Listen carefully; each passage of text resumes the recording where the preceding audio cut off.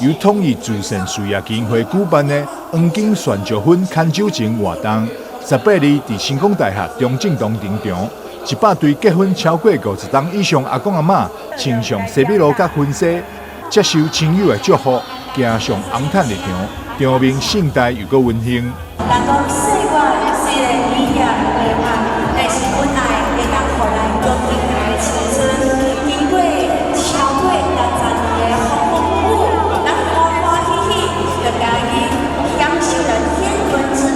今天我们报名的队数总共有105队，那他们的婚龄最高的是73年，那年纪最长的是96岁，那年纪最小的参与者大概是1岁，那现场大概有超过2000人参加，所以我想这是一个非常非常好的一个活动。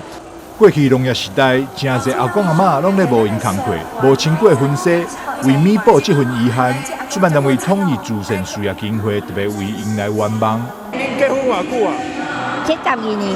较大声，72年。72年。72年啊！72年。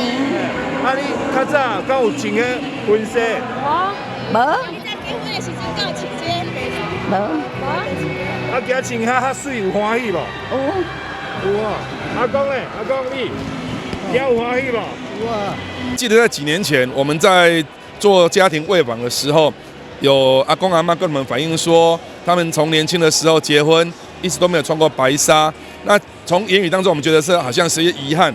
那后来我们的某一区的区长也跟我们提这个想法。那后来我们就想说，那我们是不是能够一圆这些阿公阿嬷他们的一个梦想？所以我们在2018年的时候，第一次举办了黄金钻石婚的活动。那黄金钻石婚顾名思义，就是说结婚的婚龄超过58年以上的这些长者。所以在2018年第一次举办的时候，有88对的一些我们所谓的资深的新人参加。那么我也很开心，因为这样活动引起社会很多的共鸣。所以我们在几年之后也在想要举办，但是因为受到疫情的限制，所以我们就延到今年来举办。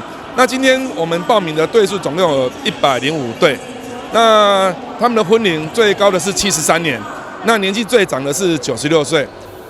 总干事涂宗胜表示，基金会成立45年以来，服务内容除了有个人救助业务以外，在专奖、制吉、助学、医疗、幼儿、养老等方面，也拢投入相当侪服务甲资源。这次黄金选石粉牵酒前愿望活动，一方面是以实际行动响应政府对着长者的关怀，善尽企业社会责任；另外一方面，也希望透过集团甲医业互相结合方式，共同唤起社会大众对着长者的重视。台南新闻张秀伟采访报道。